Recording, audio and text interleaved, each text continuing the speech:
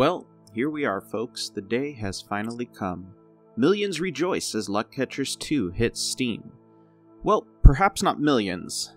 Yes, Luckcatchers, the diamond in the rough that few people know about, but a game that carries with it a very small and devoted fanbase. Last summer, Luckcatchers 1 was shut down with the promise of Luckcatchers 2 coming sometime in the future.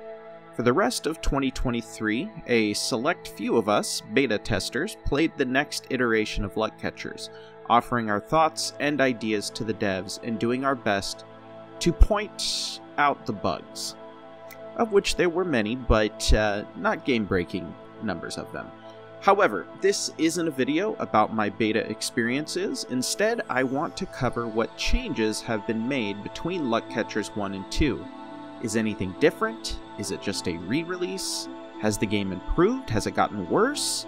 Well, let's dive right into it, shall we?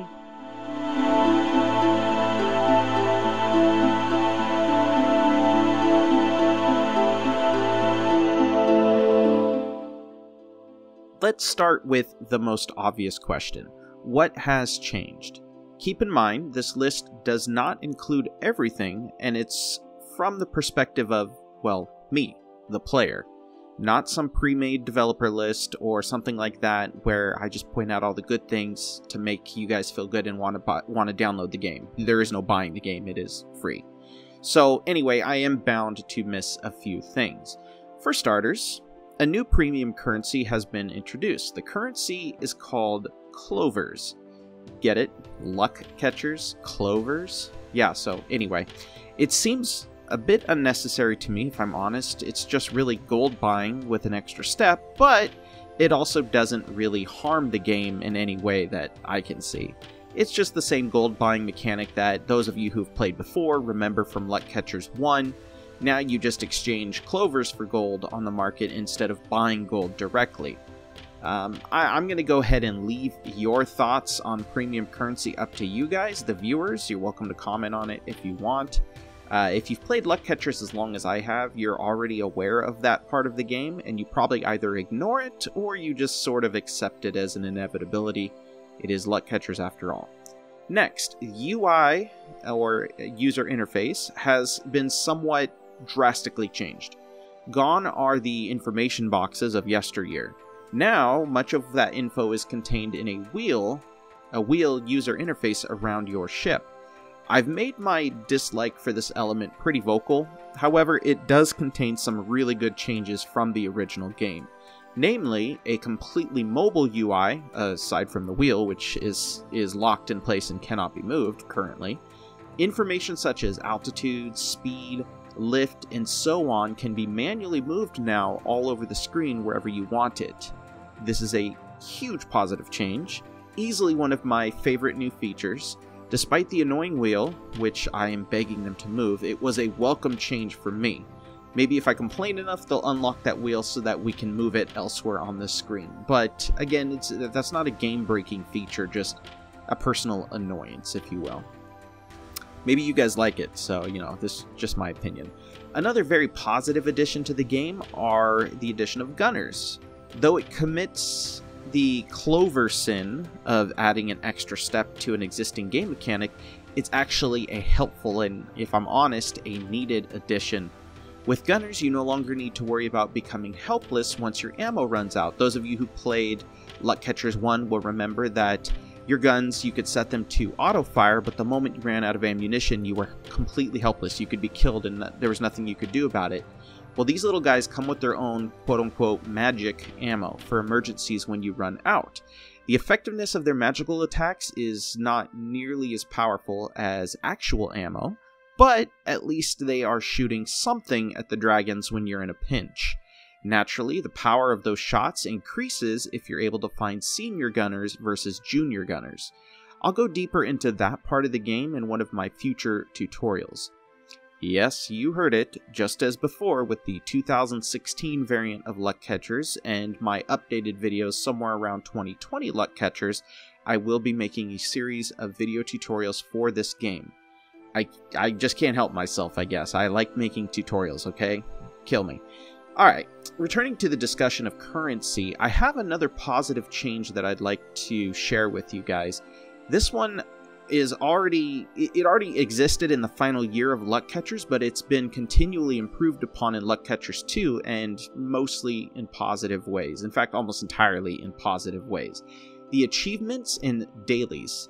Yes, you heard it, Luckcatchers 2 has finally caught up to other modern MMOs and now has dailies and weeklies. If you've played other MMOs, you're probably aware of what a daily or a weekly is. Also, long-term achievements, which is a great addition. This is easily one of my favorite additions to the game. Full disclosure, there were a litany of complaints with the first game concerning how heavily that it leaned on the pay-to-win tactics and pay-to-win side of the game, or whales, if you know what a whale is, somebody who spends an immense amount of money in a pay-to-win game. It leaned very much into those players and left the rest of us who didn't want to spend excessive amounts of money in the dust. They have actually improved upon that. In fact, those days are gone, and to be honest, good riddance. Now, you can make a cool 10,000 gold in the first few days if you play your cards right. And yes, I will also be making a video on how to do that as well. In short though, daily tasks can net you a few hundred gold pretty easily, every day or 2 days sometimes. And weekly tasks can make you a cool 300 to 700 gold in every week. In addition to that, you are rewarded with random skill books and other magical gifts each time you complete any task. More on that shortly, but I want to talk about achievements really quick. These are the big rewards. These are the ones that give you major amounts of gold in the game, sometimes in excess of 10,000 if you stick with it. Just doing your tutorial intro can bring a few thousand gold for no risk to yourself. And again, I hate to say this again, but more on that in another video. In short, the game now rewards players with premium currency through a number of tasks and achievements, most of which are, let's call it relatively easy to learn for those with a little bit of patience. Now, to one of the most requested elements over the entire history of the game, the tutorial. I'm not going to pull any punches here, the tutorial is rough. It's incredibly rigid and it will break if you do anything not specifically asked for in the tutorial. Most of you who were around in early Luckcatchers Day or have played it at one point or another will probably agree with me that the game is very difficult to learn.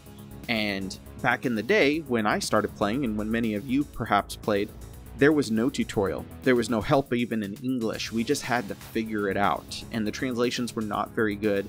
A lot of people quit, they just couldn't figure it out and they get frustrated. But a few of us stuck around and slowly but surely learned how to play the game. Well, the effort to put a tutorial in the game is great. I'm very appreciative that they've tried to do that.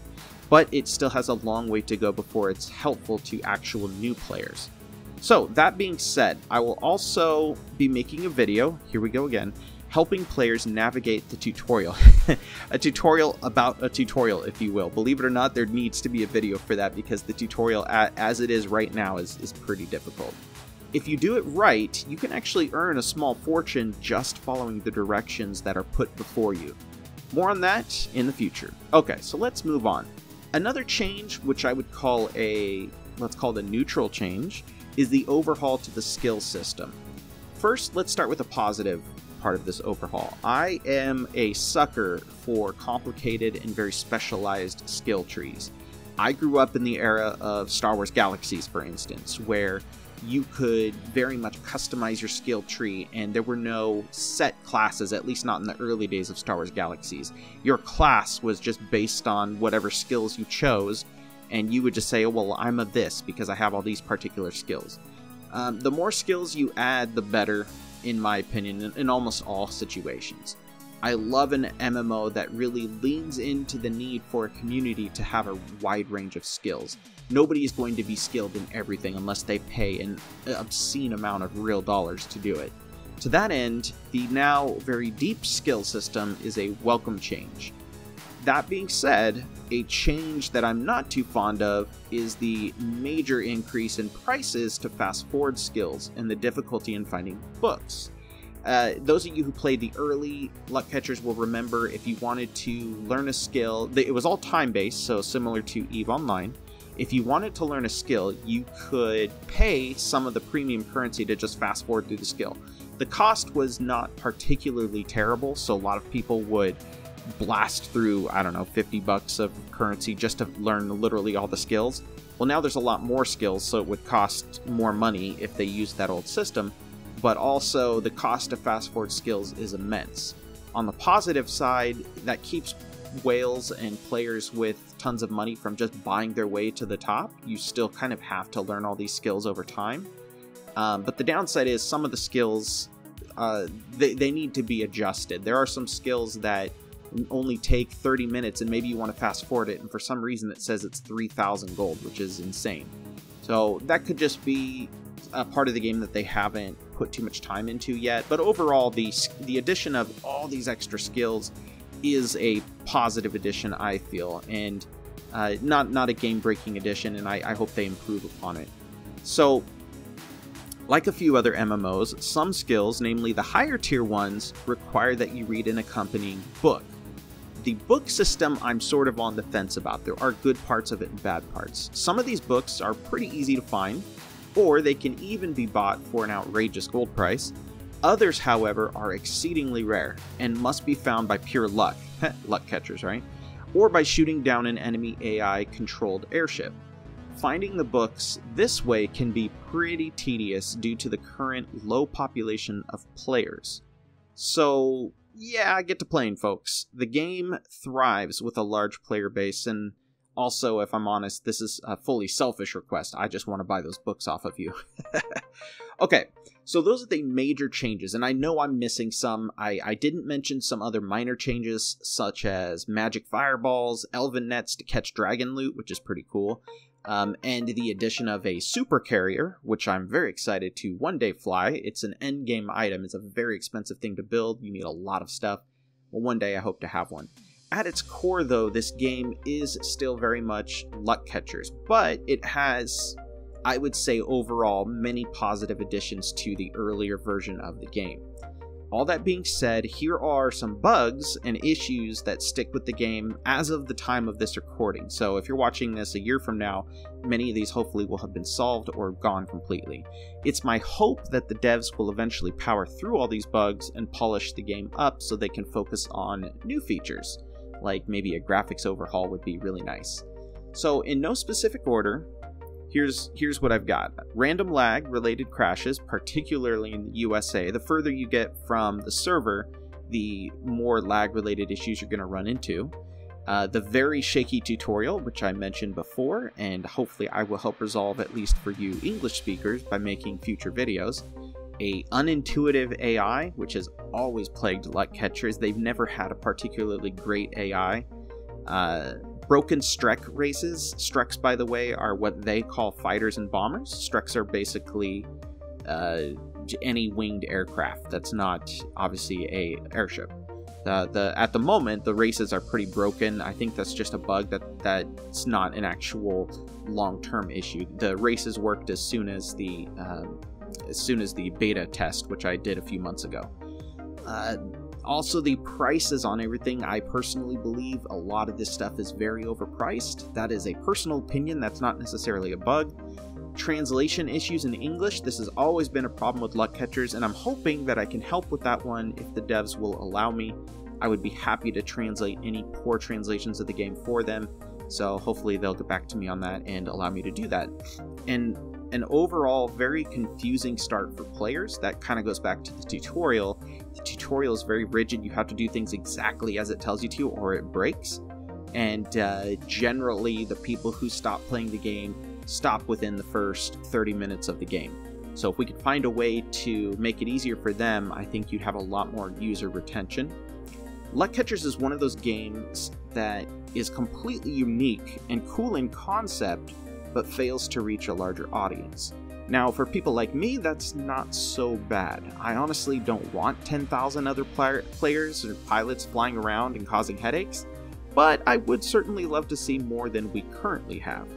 I won't sugarcoat it, Luckcatchers 2, while An improvement on the first version of the game is still extremely difficult to learn.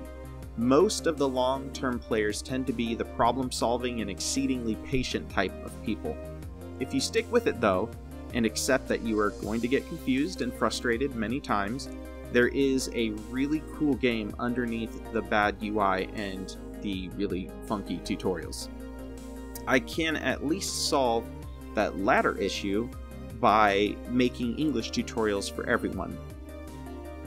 So yeah, look for those soon, they'll be coming. In the meantime, come give Luckcatchers a try. Enough has changed from the first game, for you veteran players at least, to have a look, and there is a ton of sandbox and open world content for all of us. If you want to ask me any direct questions, you can just come over to my community of like-minded gamers. We call ourselves Alliance of Gamers, formerly the Gorgonites for those who know that name.